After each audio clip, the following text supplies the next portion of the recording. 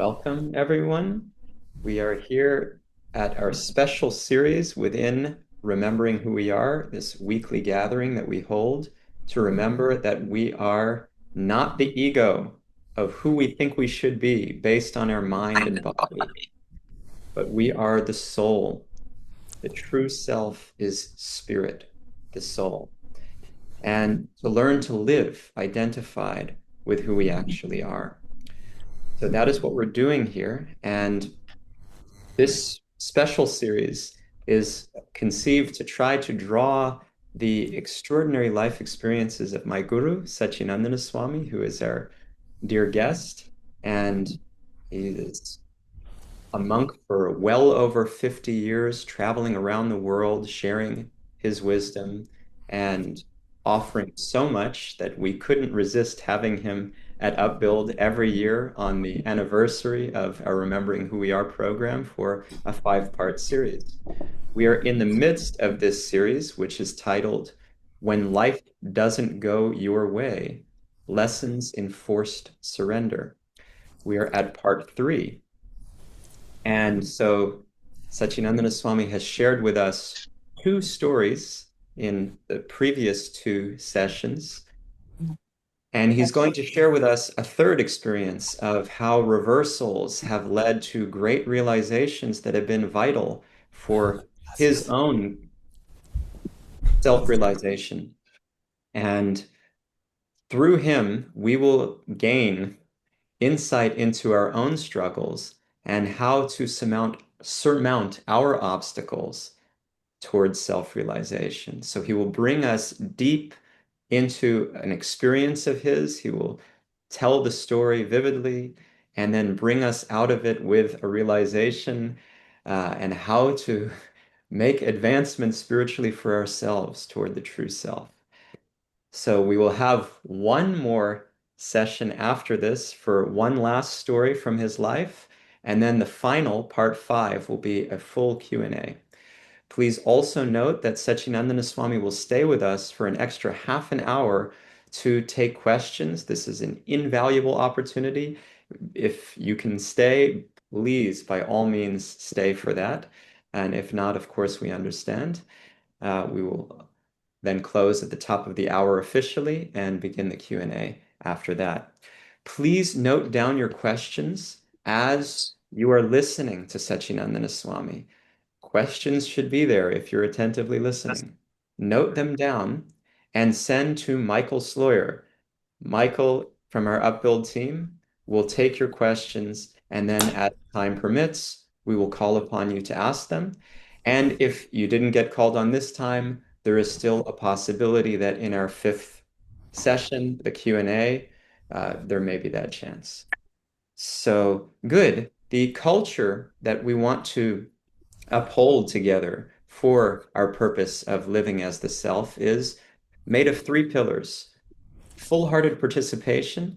This means please, please be fully present. Give your undivided attention.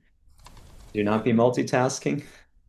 And keep your video on for the full duration as far as possible.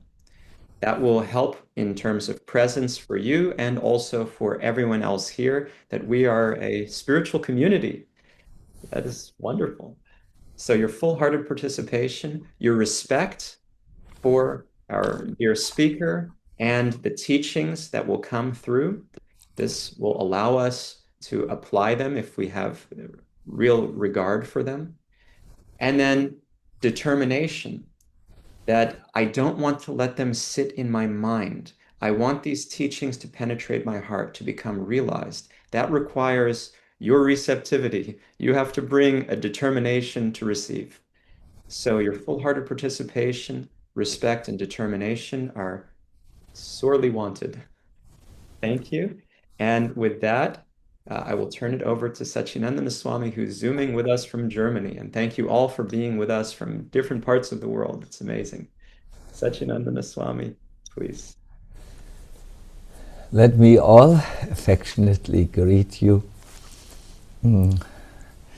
As I looked into the little windows on my computer, I recognized a very near and dear people, and also many whom I have not really met before.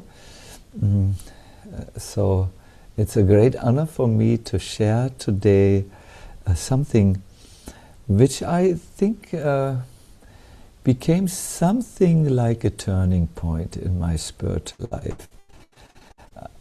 I think there is a great difference between a religious life and a spiritual life. A religious life is a lot about believing into something that gives me solace, that explains the world to me. A religious life often is going hand in hand with a sense of belonging to a community, my fellow people who believe as I do. A spiritual life has a few different points in it. It's all about transforming our life, making genuine spiritual experiences that change us for good.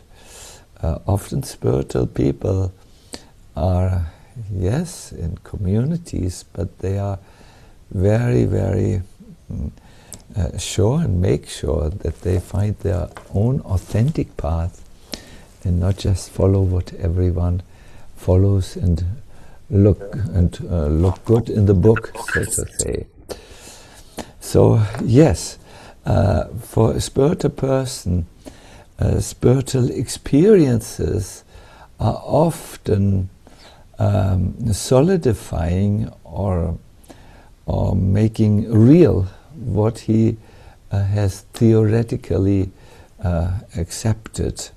These spiritual experiences are very important for spiritual people because they don't just want to believe into something, but they really want to see. There's a lot of difference in the two approaches. So I want to take you to the jungle of South India today. I was desiring to understand the second Gita. There are two Gitas at least. There's the Bhagavad Gita, very famous. I think you all know it very well. And then there is another Gita that takes the reader or the listener even beyond the teachings of the Bhagavad Gita. It's called the RWWA Gita. And it's very, very important, and I wanted to study it, and therefore went to a place that was cut off civilization. There was no internet. It was a self-sufficient farm of a friend of mine, a distant friend, near Udupi. Perhaps you know where to find that on the map of India. And there I had a room in a guest house facility. It was, I mean, I think in New York you wouldn't call it a guest house. It was just a simple hut.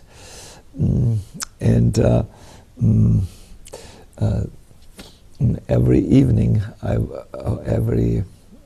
throughout the day, I would chant and walk in the jungle with a guide, the son of my host.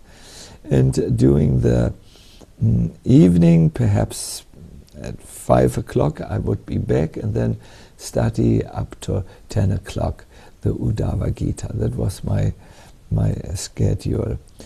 As I walked around on the farm, I saw a few high podest. There were platforms on a pedestal, and I asked my host, "What's that about?" And they said, "Well, we need to have night guards here who take care that no wild boars will come and destroy the crop. Nothing to worry, Maharaj. So one day, as my guide, he looked like a little Mowgli from Rudyard Kipling's literature, took me into the jungle to a waterfall. He said it's here where the famous Agastya Muni, an ancient saint of old, still lives in a forest cave. As we went down to the waterfall, I saw a human skeleton. And I said, "What is this?" And they said, "Oh, Maharaj, we have some leopards and some tigers here." And yes, there are incidents which the locals have reported, but up till now, no white man has become a victim to predators. Anyways, when the daylight went out, I was always back in my little guest house, and it was there was a fence, a large fence around it, and I studied the sacred teachings of Uddhava Gita, which took me beyond my my slightly tipsy feelings about being in the jungle, where there were wild predators. I forgot about my worries as I settled more and more into the atmosphere. And then I heard that the farm's founder had made a little hut which was on the top of a mountain. And I have these dreams, which I think every one of us has, to spend time in absolute silence in the lap of Mother Nature. So I desire to spend the day of Ekadasi, that's a sacred day, which is very good for spiritual practice, there in this hut on top of the mountains. I didn't know that it took 1.5 hours to walk through the jungle to get there. I had only heard there is a hut which was used by the founder of this project. I assumed it was nearby. But when I was taken up there by my guide, I realized, well, when I return, I better make some signs here in the nature, so that I will find my way back. My guide had no time in the evening, or towards the evening, so I put a branch here. I put a twig there. I rolled a stone here. I dug something like a little strong line there, just to make my marks. I need to inform you, I have been trained by the German Boy Scouts. I can find my way in forests. So I spent a lovely day there. I had taken a few nuts with me, nuts and something else, I forgot what. Yeah, chapatis. And it was really in the midst of, it was not in the midst of the jungle was left and right. There was in the midst of something like a green mountain meadow. So I felt also very happy to be in white space, and I watched eagles passing above me, but mostly I tried to absorb myself in my spiritual practice. If I remember the times which I spent deeply in meditation, this was definitely one of the times where I was soaring with the eagles, but in a spiritual sense. I was really moving in my meditation. It went so well that I did not pay attention enough to the sun, which was setting and which was signaling the close of the day. And you know how it is when you are absorbed in a spiritual practice, then you don't mind the time anyway so much, and you think, yeah, just a little bit longer, please. It's almost like when you sit with a best friend, and yes, you know, the time is also there, but you say, anyways, I'm now with my best friend, who cares about the time? Then all of a sudden, as the light of the day turned a little dimmer, as if the universal light man had lowered the light, I heard them.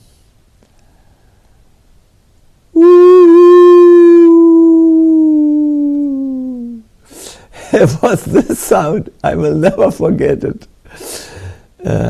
It was wolves. I had heard about that they are there in this area. First it was a lonely wolf, somewhere far away. Then his signal was answered. I heard a few of them.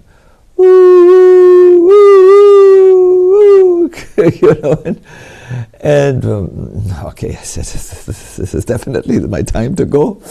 I quickly closed the door, put the latch on, and took my backpack and ran down the meadow, down the mountain, and hoped to make some distance. But it was different. The howling came closer, and there were more of them. Now my upbringing, my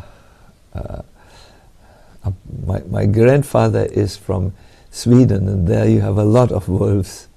He had told me a little bit about his wolf adventures. And I had this in my memory. Somehow I knew as I heard them closer to me, and I heard more of them, and I could understand they were signaling, they were communicating with each other. So I began to run down. Unfortunately, I could see my branch here, my stone here, my rock there, and made the twists because, yes, I'm from the German Boy Scouts. I know how to move in nature. And I ran, but then they were so close, and I started to panic. And panic is not a good companion when you are in the jungle. I remember I ran down something which it looked as if there were mice corns left and right. It were not mice corn, it was maybe some palm trees or something. It was like a tunnel which I went through, and I remembered clearly I had not come that way. I was no longer on the way home. I was on some other path. Then I began to panic. I went through out of the tunnel and jumped down a mountain where there was no path, and I lost my balance and I fell. And when I got up, my legs were full of leeches. I don't know what you think about leeches when you're not accustomed to them. They don't look like your friends, you know. So I had hoped that by getting down the mountain, I would find a path, because the place where I needed to go was somewhere down the jungle. Sorry, down in the valley, I wanted to say. So when I was now in that, lying on the ground, my legs full of leeches, I only prayed, oh, hopefully nothing is broken, and nothing was broken. And I said, okay, this is now a serious matter. Most probably your knowledge of the German Boy Scouts will not be very useful here in the jungle, because here you have different. In Germany you don't have wolves who are hungry and who are running after a tasty Westerner. So I remember I went up and I said, okay, you have made a foolish mistake. You have not gotten full information about the territory. You had thought you're from the German Boy Scouts, you can find every way, but you are now in danger and they're coming after you. I heard the wolves closer, the howling came closer. They were really following me. What do you do now? There is no point of confronting a pack of wolves. They are much faster than you, and you are a monkey. Anyways, you don't know how to defend yourself from the teeth of these animals.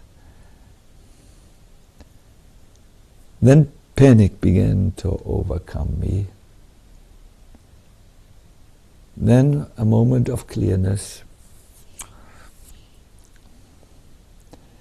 There's a God who's in the heart of everyone, also the wolves. Then again, panic. Is this how you should end? Another skeleton in the jungle?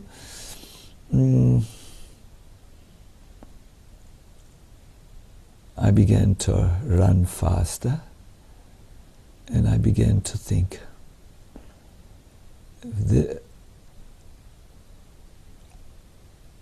Began to hear them coming closer. And I do not know, my dear everyone. As I told you, I'm maybe not so successful in telling this. I was coming in and out of panic and some thought, how could this be solved? I came to a state where I was really, I felt this is the greatest danger in my life up till now. I really need some help. So I stopped my own doing. I stood there and I said, my dear Lord, you are there in the hearts of all living beings. You're directing the wanderings of all those souls, all those sparks of life who are seated in different bodies. You are in the heart of the predator. You are in the heart of the one who's changed. You are in the heart of the murderer, and you are in the heart of the victim. I began to see like this. You are in the heart of the politicians, and you are in the heart of the army who is following their command. You are everywhere.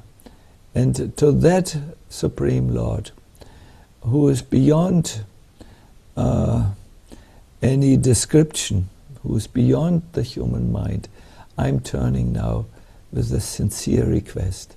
Please bring me home. And I meant, when I said, please bring me home, I meant that in two ways.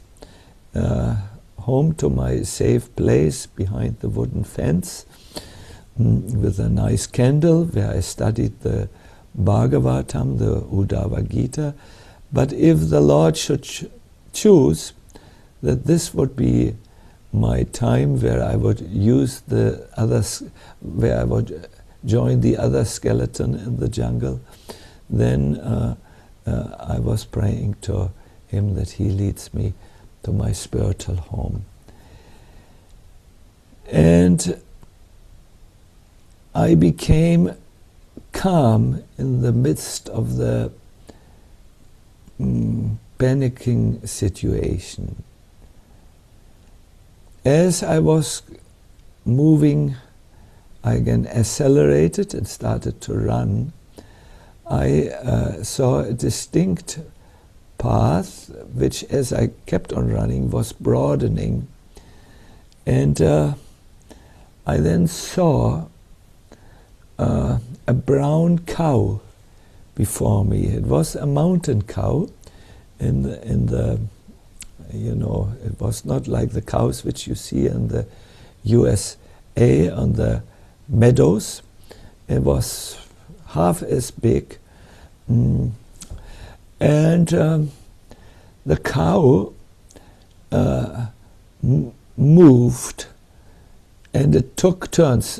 Remember, when I jumped and fell down the mountain, I had lost the marks on my path. I was no longer following the path which I have marked before.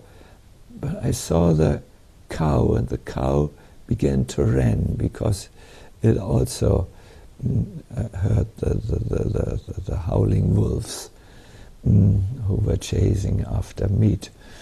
And I decided in an intuitive moment, perhaps this is a guide sent from beyond. And I just ran after the cow. I knew cows will go to the human, you know, where the human beings keep them. And the cow ran, and I ran behind the cow. And I was praying, I hope you are God-sent cow and you know which way to go. And I ran, and then I made the mistake. I looked back, and I saw them coming. And I said to the cow, faster! So we really ran, and then we heard another sound from another animal throat. Wow, wow, wow, wow!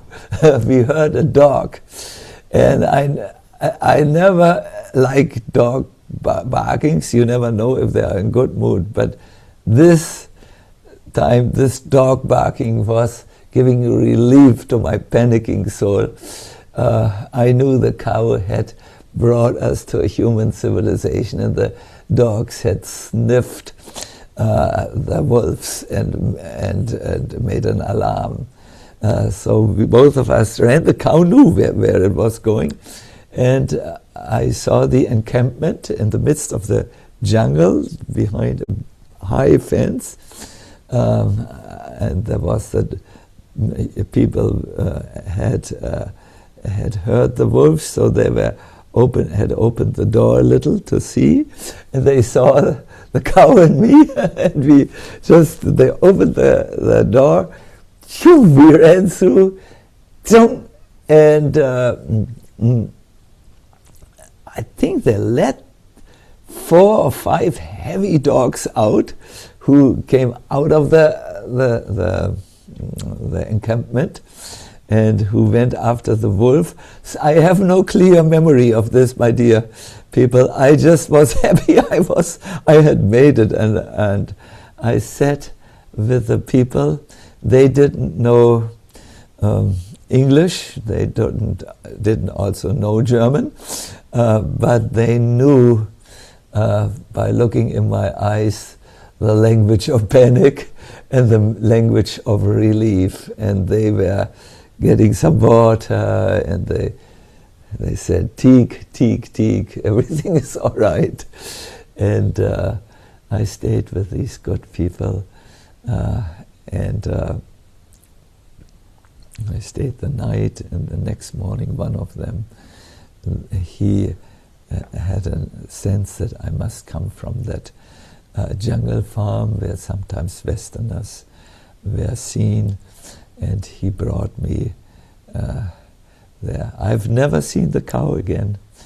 I looked for the cow. I asked, go means cow in Hindi.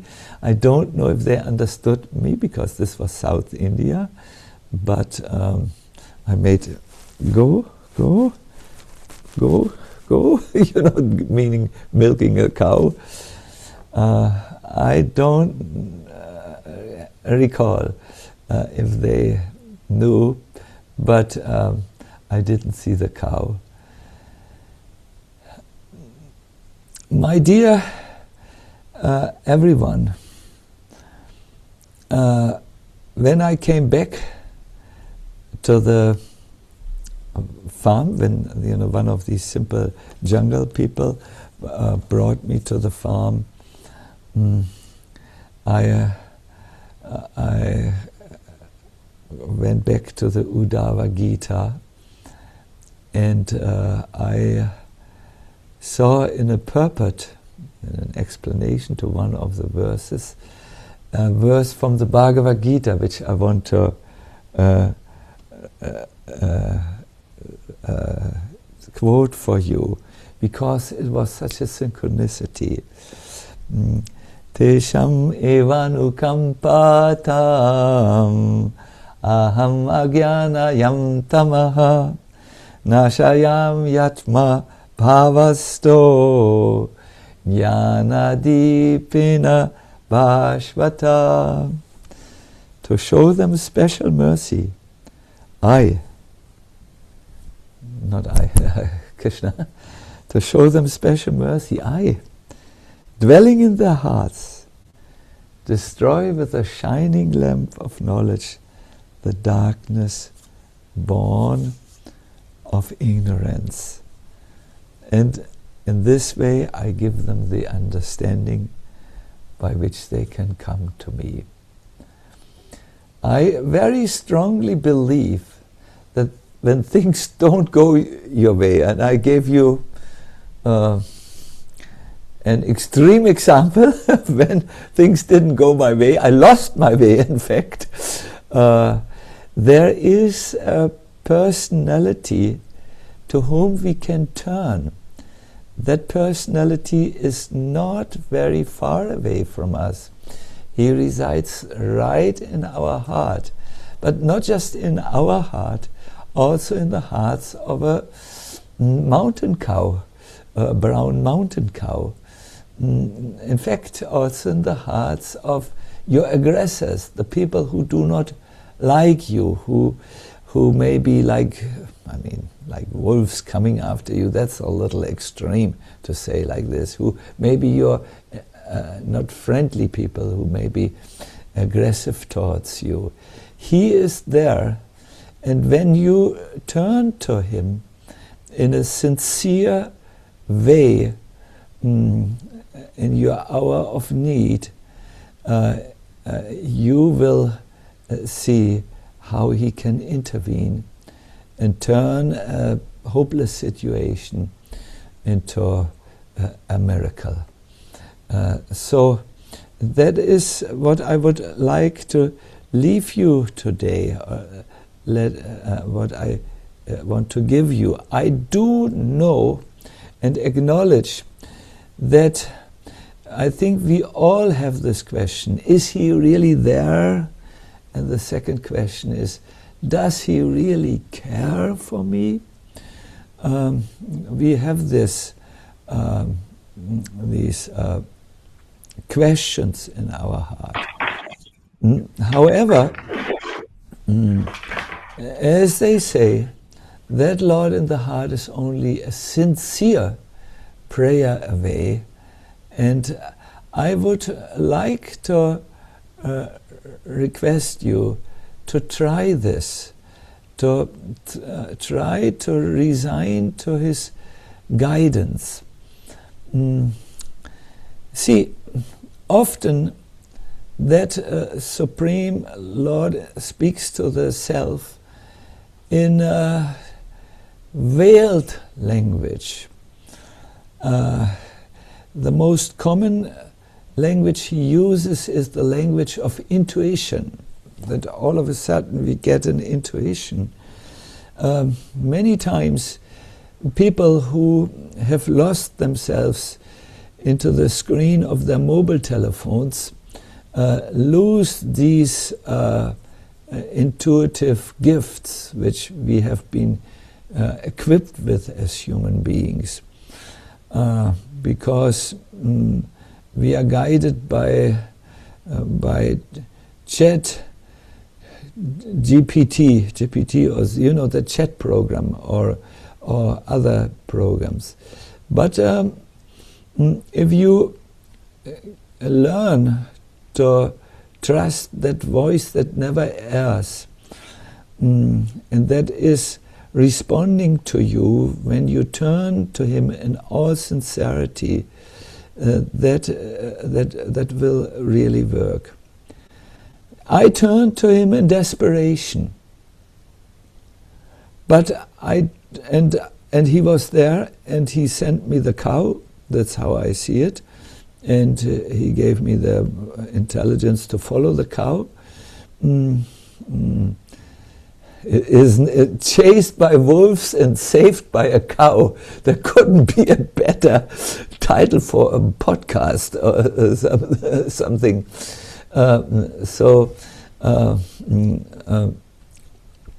I have strong faith in this invisible guidance. It's actually the purpose of yoga to uncover this guidance in the heart, the voice of intuition. And if you do this on a regular basis, I mean, if you regularly call upon it, and you will get some answers, and soon you will know which one to follow and which one not to follow.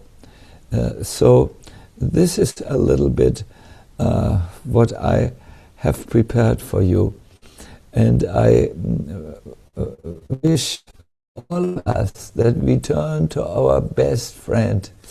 He is inside, he is not far away, he is in our heart, and it is he who guides everyone, even the cows, or the brown Himalaya cow, and the wolves, and Sacinandana Swami. But you shouldn't just turn to him in desperation. Better is to train listening to that voice of intuition, and if you do that, you will soon begin to understand patterns and then distinguish the voice of intuition from the voice of your mind. Good. This is what I have prepared for you. Let me now watch. I have an idea. Before I ask for your questions, I want to bring this a little bit more home to you. This time it will be an open eye meditation. It will be more a reflection exercise, which I want to make for you. I request you to sit in your chair. I see Prama there, and Jai Goyal, of course, Tsipi and Vipin Goyal. Oh, are you relatives, the two Goyals? And you are, yes. Now, Anand Goyal is his good name. That's your father. So I request you to take a few deep breaths.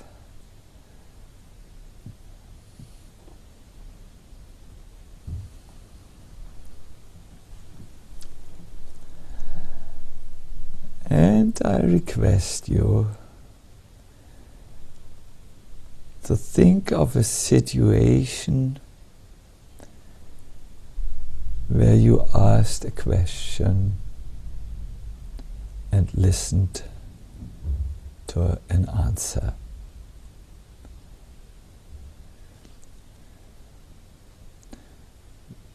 For those of you who are young, usually the ladies are asked when they meet a young man who seems to be a good partner.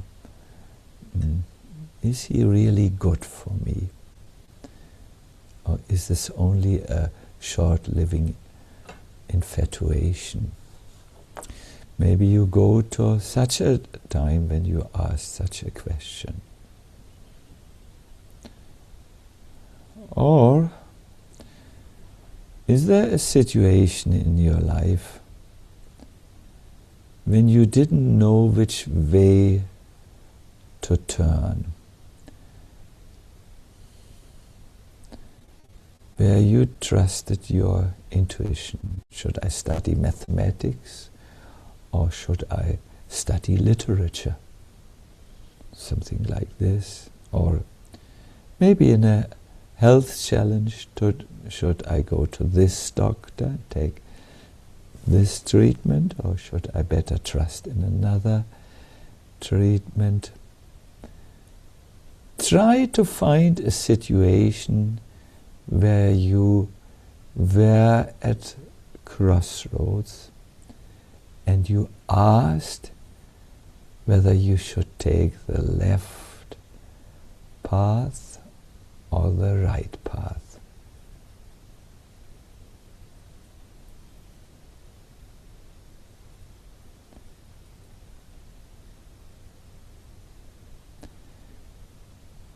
And from this situation, try to now think about a situation which you have right now, where you would love to have an answer.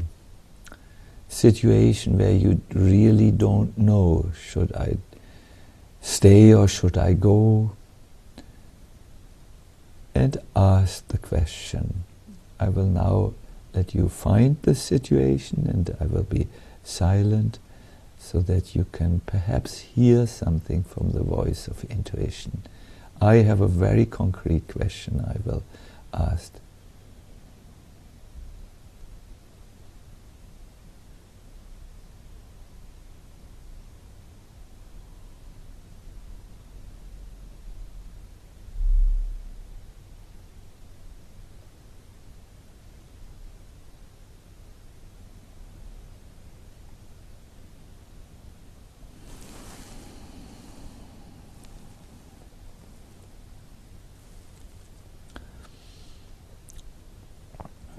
We take a few deep inhalations and exhalations.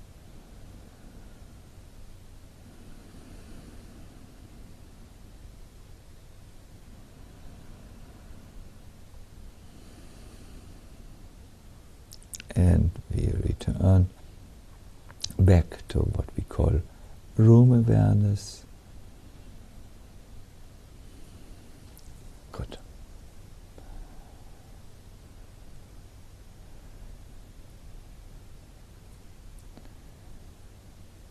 Now, if you received an answer, like I have received an answer to my question,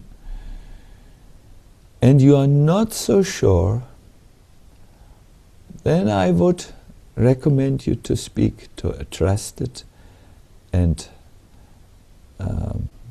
close person. If you are sure, then I would encourage you to be a little courageous and trusting and go ahead. But if it is an answer that is so life-changing, that, for instance, like, I will leave the United States of America and I will join Michael Sloyer in Japan, then if it is something like that, maybe wait for 2 weeks, and if the answer is still the same after 2 weeks, you can follow it. If you do this, my dear everyone, if you follow the voice of the Super Soul,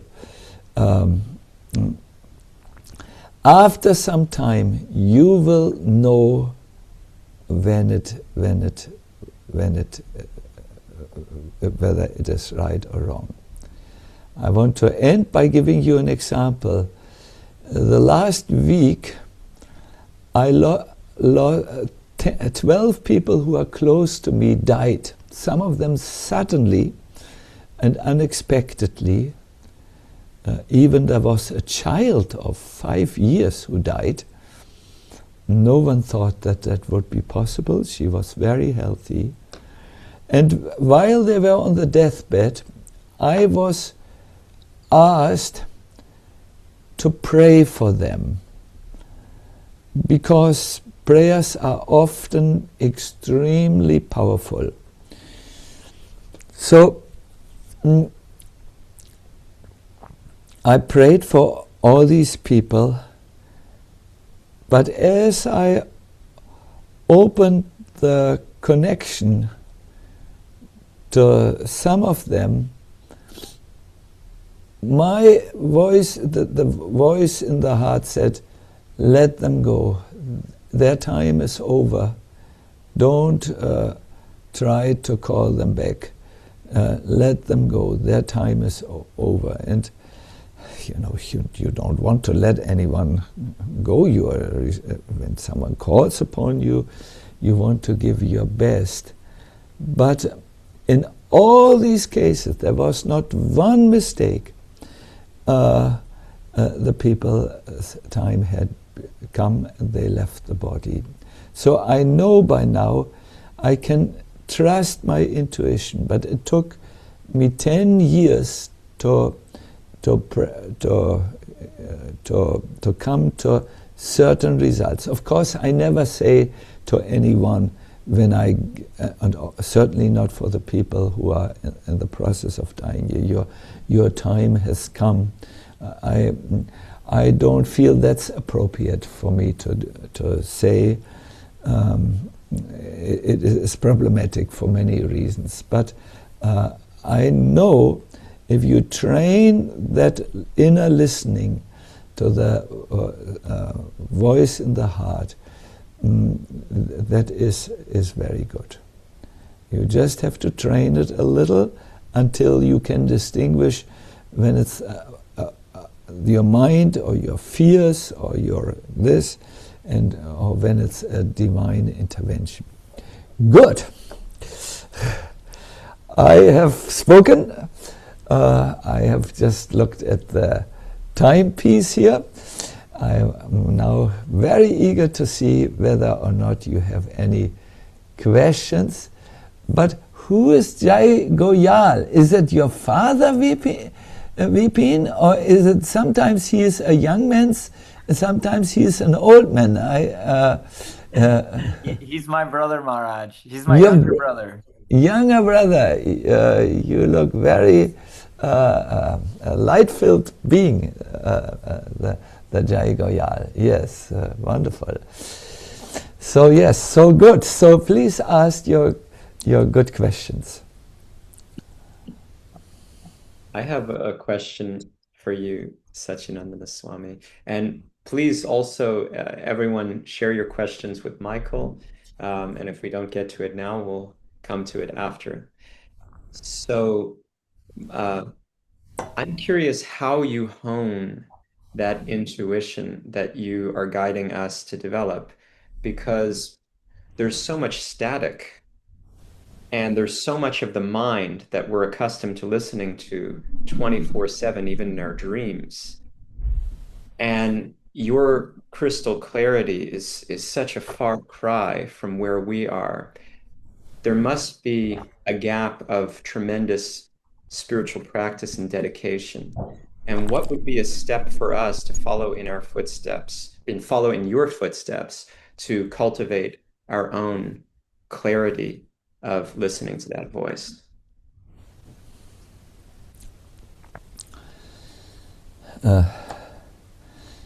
Spiritual communication is almost something like learning a new language.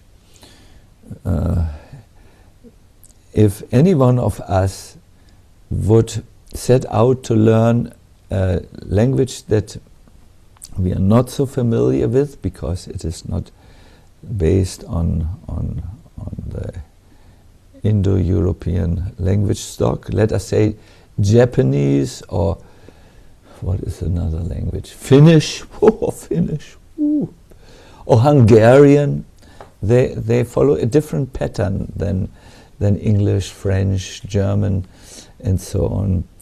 If we are to learn this, we need to start with small words, then perhaps small phrases, then sentences, and so on. So to learn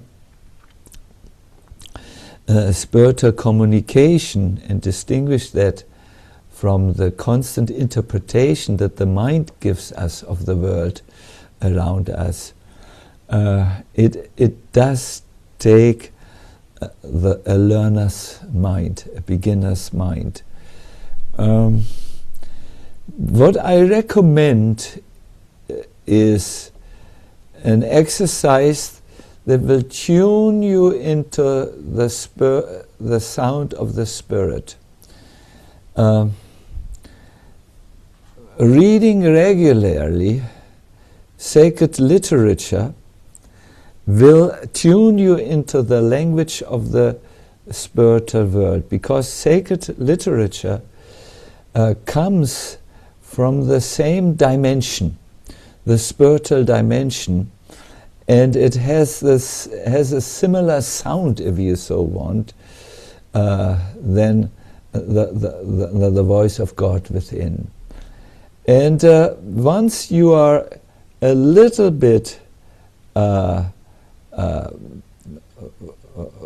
in this spiritual literature, you will see that revelations take place in the heart.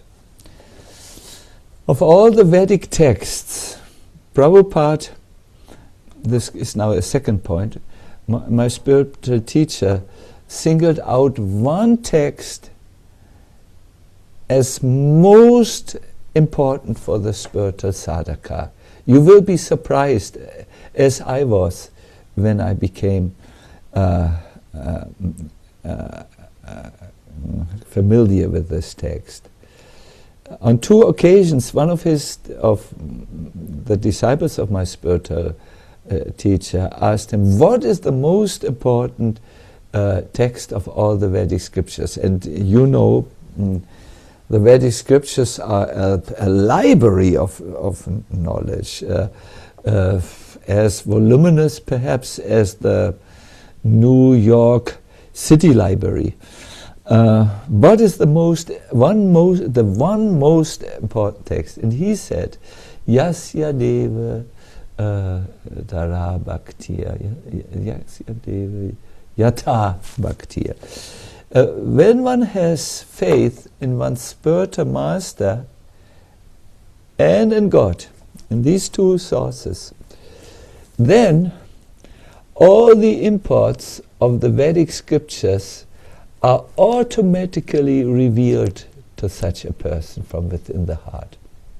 No? So having faith in your guru, or in the line of spiritual teachers, Prabhupada, Bhaktisiddhanta, that line, and having faith in the Supreme Lord who makes himself known in Vedic through the sacred scriptures, will bring you to a level where there will be revelation in your heart. You will know this is now the situation. So whenever you feel you need to rise beyond the chatter of the mind, so to say, I would say dive or tap into the knowledge from Guru and the Lord in the form of reading the scriptures, and you will prepare the ground for revelation to take place. If I want a lightning to come to my house, because I want the lightning to energize my I don't know if this is a good example. I remember the book Frankenstein. There was the Dr. Frankenstein who wanted to pluck the lightning from the sky and bring the electricity to his suit up human being, you know. So if I want the Lord a divine revelation coming into me, I should prepare the ground. I should prepare the ground. I should bring a lightning conductor, and that is done if I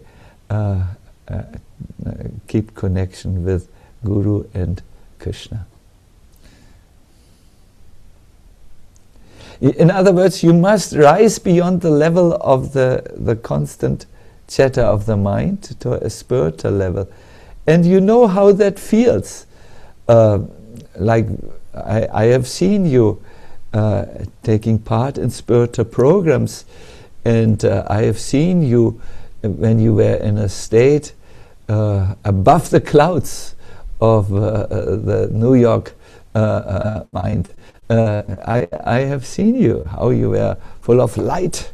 Light is maybe not the word, wonderful effulgence, and light was going on and was in your eyes. You were fully with luminous eyes and so on. And on that level, of course, we can receive much divine inspiration. I see. Perhaps it's time for you to, or we can take one more question in this general forum, and I will stay on for at least for another half an hour. Mm-hmm. I think because the time is short, maybe you can just bring us to a close. Yes. We'll start with more questions in a couple of minutes. Wonderful, wonderful, wonderful.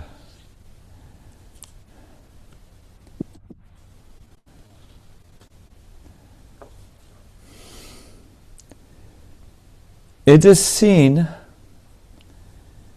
that in extraordinary situations, sometimes the veil departs and people have a closer connection to the underlying spiritual reality, a connection that is much more palpable than at other times. But we should not wait for these moments where we are chased by the wolves or something like this. We should more often do it like this, that we tune ourselves into the spiritual reality by regular practice. This is what I really would recommend to all of you. In my stories, it is. I feel it's a little story time, each time we meet. So I will tell you a story from my eventful life, but you must also know that behind these stories, which I tell, there is a regular practice, which makes it much, much more easy for me to get spiritual insights, and which will make it much easier for you to have spiritual insights on a daily or on a regular way. So please be enthusiastic to do the work, the groundwork, and do not wait for forced stories to happen like the ones I tell you.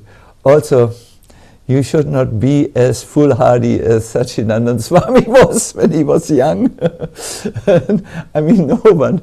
If you have seen a skeleton in the jungle, why do you have to go 1.5 hours away from the safe farm and meditate there? This is, I wouldn't, no need. But if you are, but sometimes life is like this, that you do such things. Thank you very much. I am very grateful to see all of you so regularly, and see you all next Wednesday for another reflection on what to do when things don't go the way we planned and we lose our ways, perhaps. Amazing. Thank you so much, Sacinandana Swami. We're very indebted for what you're giving us. It's incredible.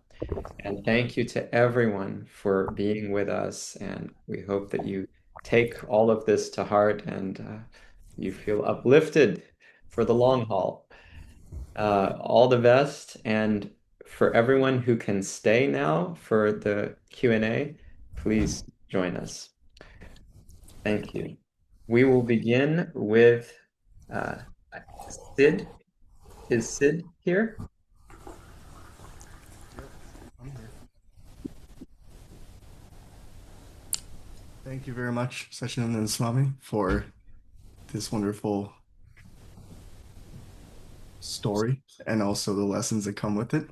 My question is, when we end up going down the wrong path and end up in a state of panic due to the consequences of the wrong path, how do we, in that moment, move from the panic spiral, that panic mind, into like the seeking into a state that we're seeking guidance from the Supreme, to move from that state of panic into looking for guidance, looking for shelter.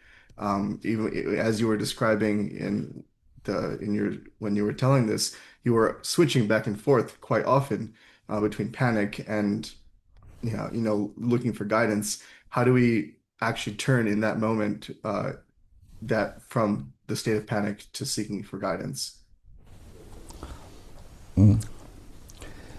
It's very nice for me to see you sit, and I'm drinking at the moment the tea which you brought from New York. So that switch, which is not only the switch from panic to sincere listening, it is also the switch which you have to take when you are angry, or when you are very overcome by lustful emotions, or by any other strong emotions. No, that switch is taken if you honestly understand that I can't do this now alone. I have no means in my control or in my hands, or in my reach even, that can bring me out of this situation. Panic and other intense emotions can be overcome when you learn to use the emotional traffic light. And here is a point I had promised to Varsha. I think her good name was Varsha, am I correct? Varsha. Yes.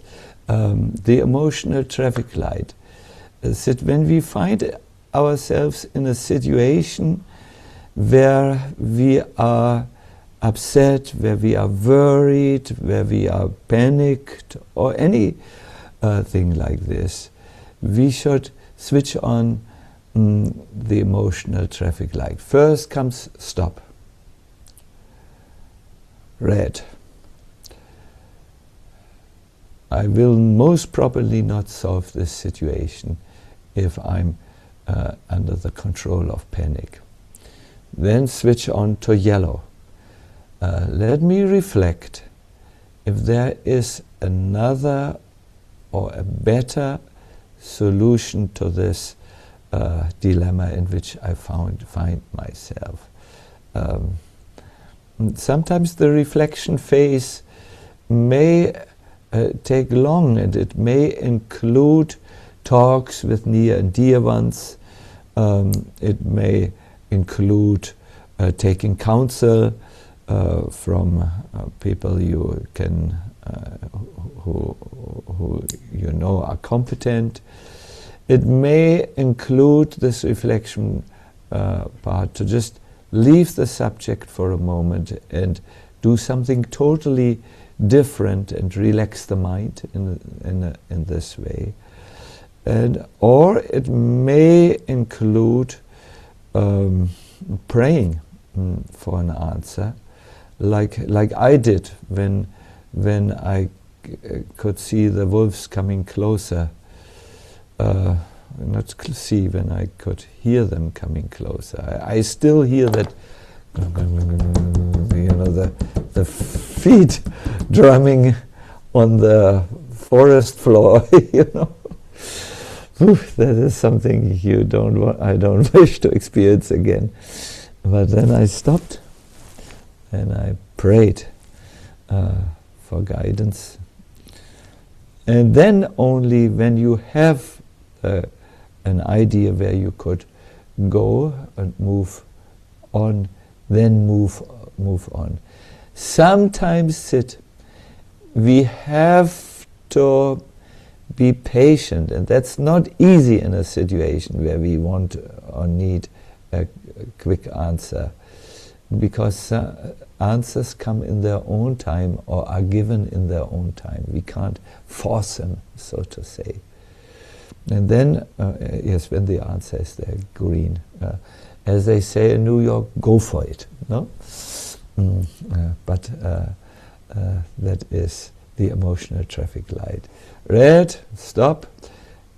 Yellow, think anew, reflect. And green, now apply what you have been given as an insight. Thank you, and thank you for this wonderful tea. I'm remembering you. Thank you very much. Thank you, Sid. So this is a good segue to Barsha's question. Please, Barsha.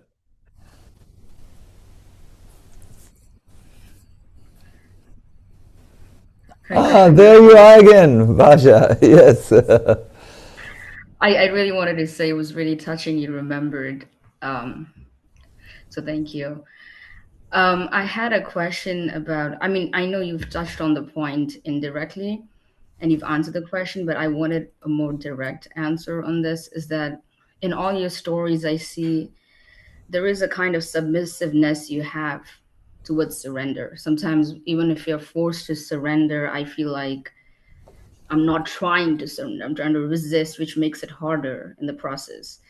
So how do you develop that preemptive submissiveness where we can just surrender, know when to surrender and not just resist and make it harder?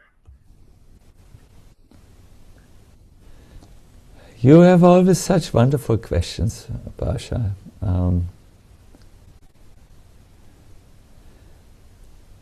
10 years ago, 10 years, or was it 8 years ago, my good friend Bhujan Prabhu asked me, so where are you up to in your spiritual life?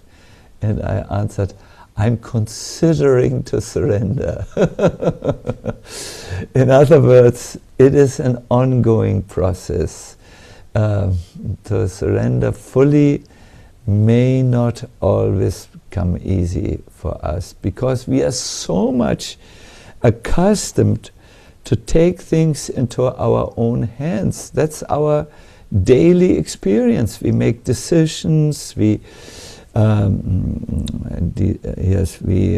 contemplate how we will lead our day, and we know if I don't get out of the house in the morning, things will not get done. So our experience is really more with the idea I'm the doer than it is with the idea I'm the moved person, I'm moved along.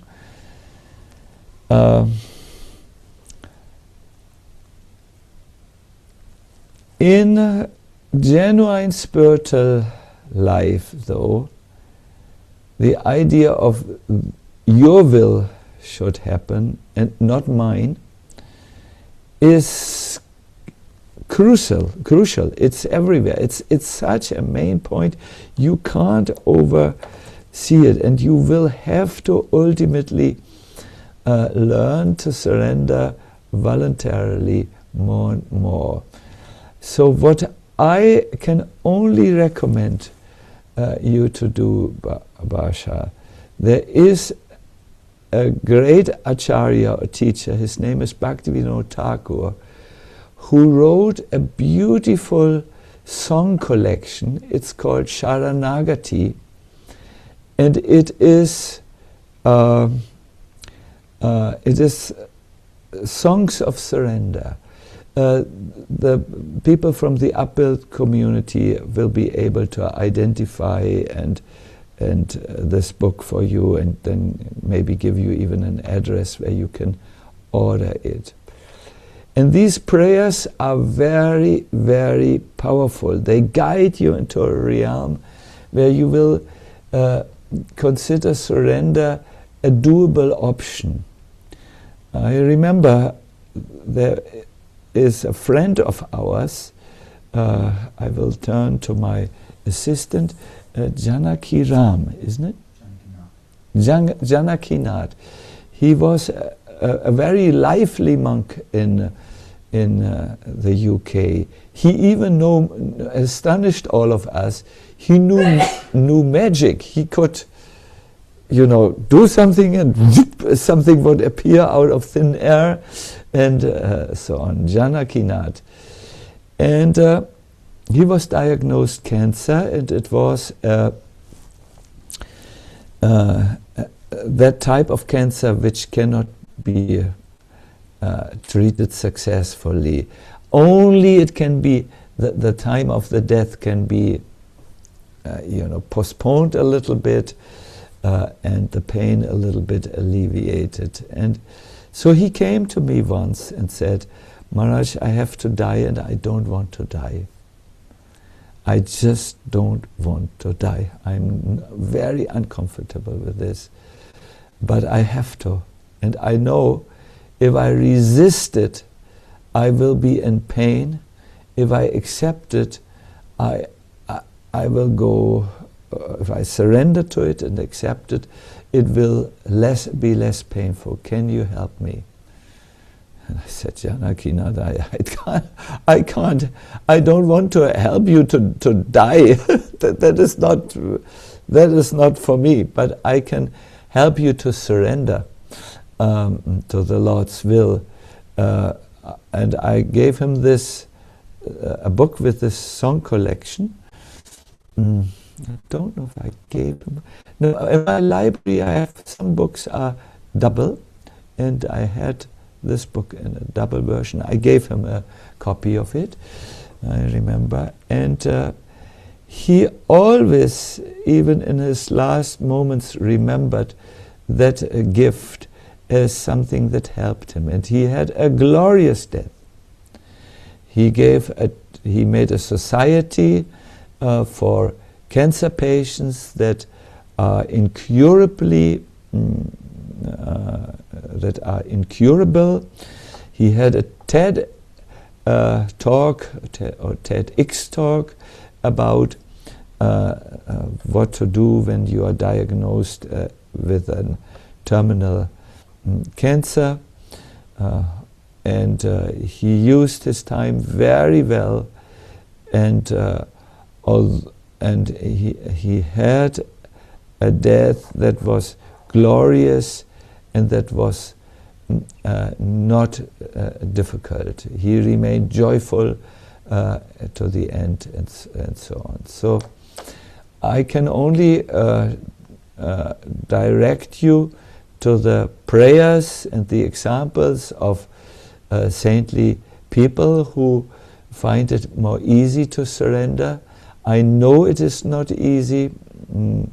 Let us not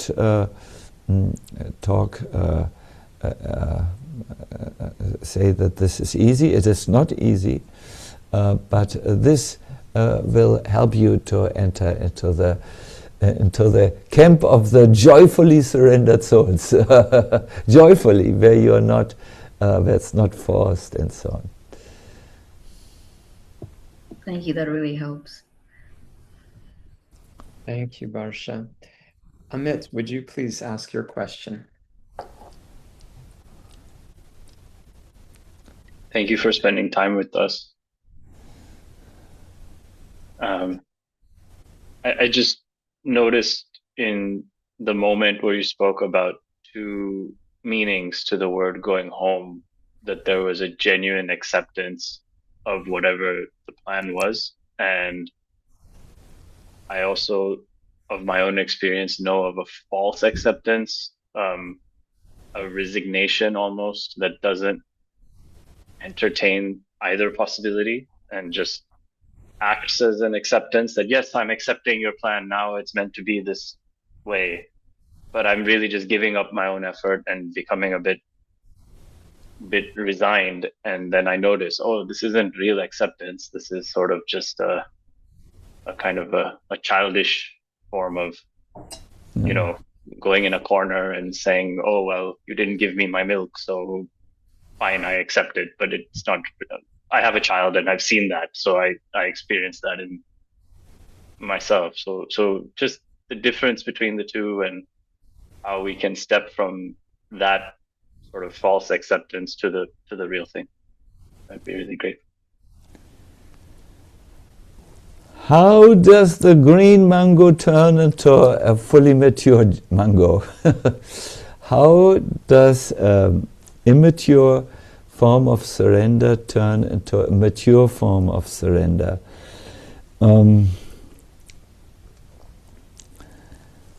Amit, it's a question of maturity, and there are 4 ways in which this maturity comes about. One is we hear from a teacher and we hear the knowledge. The second is we discuss the knowledge amongst our fellow friends and students. That's how we learn. I wanted to say there are 4 ways in which we learn something. And by hearing from a teacher, by discussing with fellow friends. The third is by self-study. We study either from the books of wisdom or the great book of life. And there is a 4th way, which unfortunately we cannot bystep. It's within time we mature. Things take place, they take time. Just like it takes time for a young girl to mature so that she can have a child, just like it takes time for a mango to come from a green mango to a fully matured mango. We also do take time However, these other three, and time is not in our control. Some take longer time, some take shorter time. But where we can do something is to listen from teachers, to discuss amongst fellow people on the path, and to self-study, to try to learn either in the book of knowledge or in the book of life. And but then there's still this 1/4 which is not under our control, and that's time. It takes time to mature. But it's wonderful to see you again. I remember you, Amit. Thank you very much. Thank you. Mm-hmm. Thank you, Amit. Vipin, would you ask a question? Yes. Oh, I have to. Okay. Thank you. I was trying to spotlight myself. Thank you, Maharaj. I wanted to ask you. You had said. I'm just looking at my notes that I'd taken. That the Supreme Lord speaks to the self in a veiled language, and the most common language is intuition. And I found that very powerful. And I was wondering, just reframes how I think about intuition. And then I was wondering if you could share some of the other veiled languages that the Supreme Lord communicates with us in, so we might be able to look in some of these other places as well. A very, very common language is the language of, it's called in our modern lingo, synchronicities. That is when things happen outside that are not linked to each other by any causal connection, but they are linked by meaning to each other. In India, you have something. You have in all rooms, most rooms, geckos, small geckos. They are very nice fellows to have along. Just you need to be sure that you cover any food that is in the room, so because they don't brush their teeth, but they eat mosquitoes in the room. So when you say something in India that is of significance, and at the end of the statement the gecko goes kik, kik, kik, kik, kik, then everyone says confirmed. With this confirmed, they allude to a possible synchronicity. Maybe sometimes in India it's overplayed or overused, this confirmed, but there are things that are synchronicities. I remember once there was a well-known musician, George Harrison, and Prabhupada wanted to print his Krishna book, but he didn't have the means to do it, so he sent one of his disciples to ask for a donation from George, but he knew that George was very, like all these rich people, they are so sensitive about people asking them, because all the people they know, they usually want something for them. When people come to them, they want something. So this disciple of Prabhupada didn't really want to ask George, but finally at the end of the meeting he said, George, Prabhupada wants to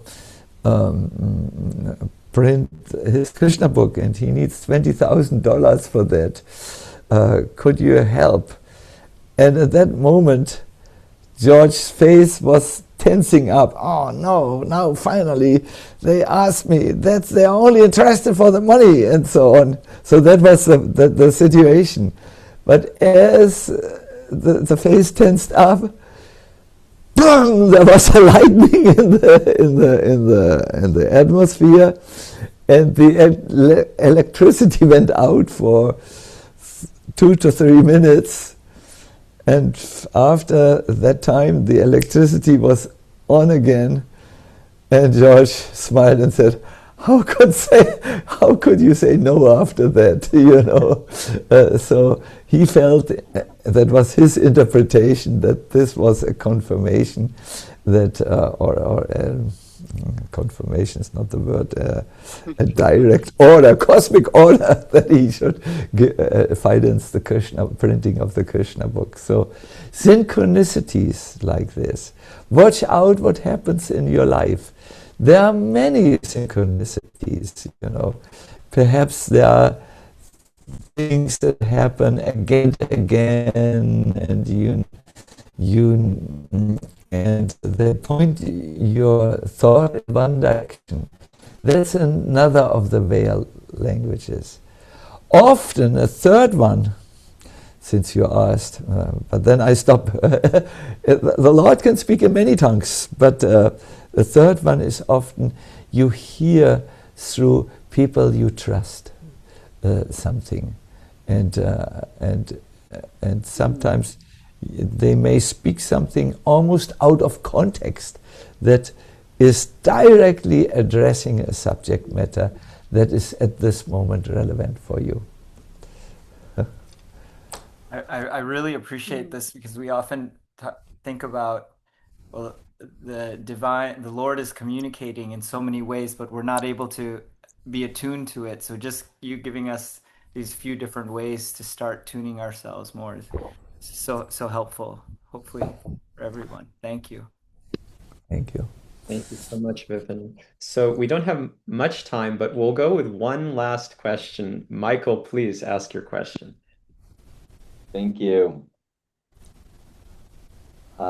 So my question is about intuition, and many non-spiritual people also talk about intuition. So how do we know the difference between intuition and when God is communicating to us through our hearts? Is it just the same thing in different language, or is there actually a difference between those two? Wonderful, Michael, wonderful question.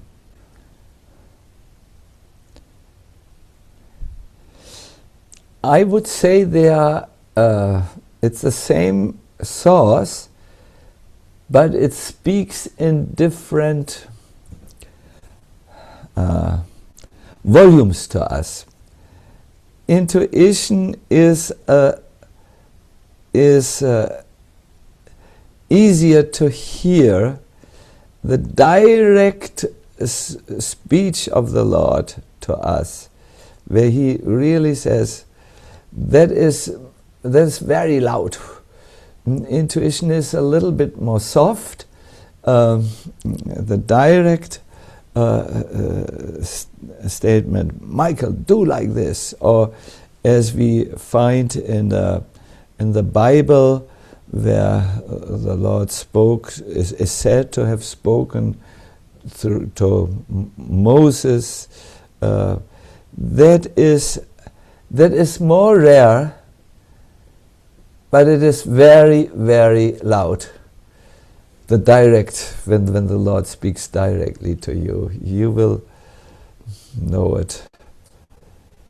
When the Lord speaks directly, it's usually also very brief. I remember once such a thing where my life had been totally out of balance. I was having too many things to do in one day, and I was not able to take enough rest, nor was I eating enough.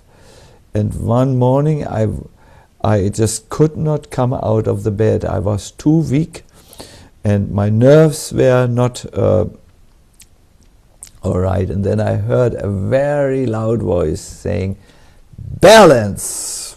Only one time. And I felt that came really from above. Boom, I needed to balance my life. only one time that word came, and I knew it was not the normal voice of intuition where it's a little longer, elaborate, and so on. It was like a lightning bolt from the sky, balance, and yeah, or stop, don't go here, and so on, because yeah, that is my answer. I hope it helps Thank you. to some degree. Yes. Thank you so much. Good. Then I think our time has come, but I'm beginning to enjoy your company so much that I don't want to switch off my computer. I'm very touched by Jay, your words, Maharaj. Thank you for seeing and expressing the lightness in me before. It felt like a synchronicity for me in a time where I needed it. Very beautiful.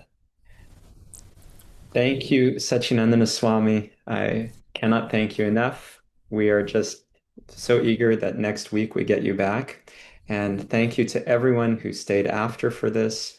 It's tremendous to have your presence, your sincerity, and some of your questions. All the best, and see you next week.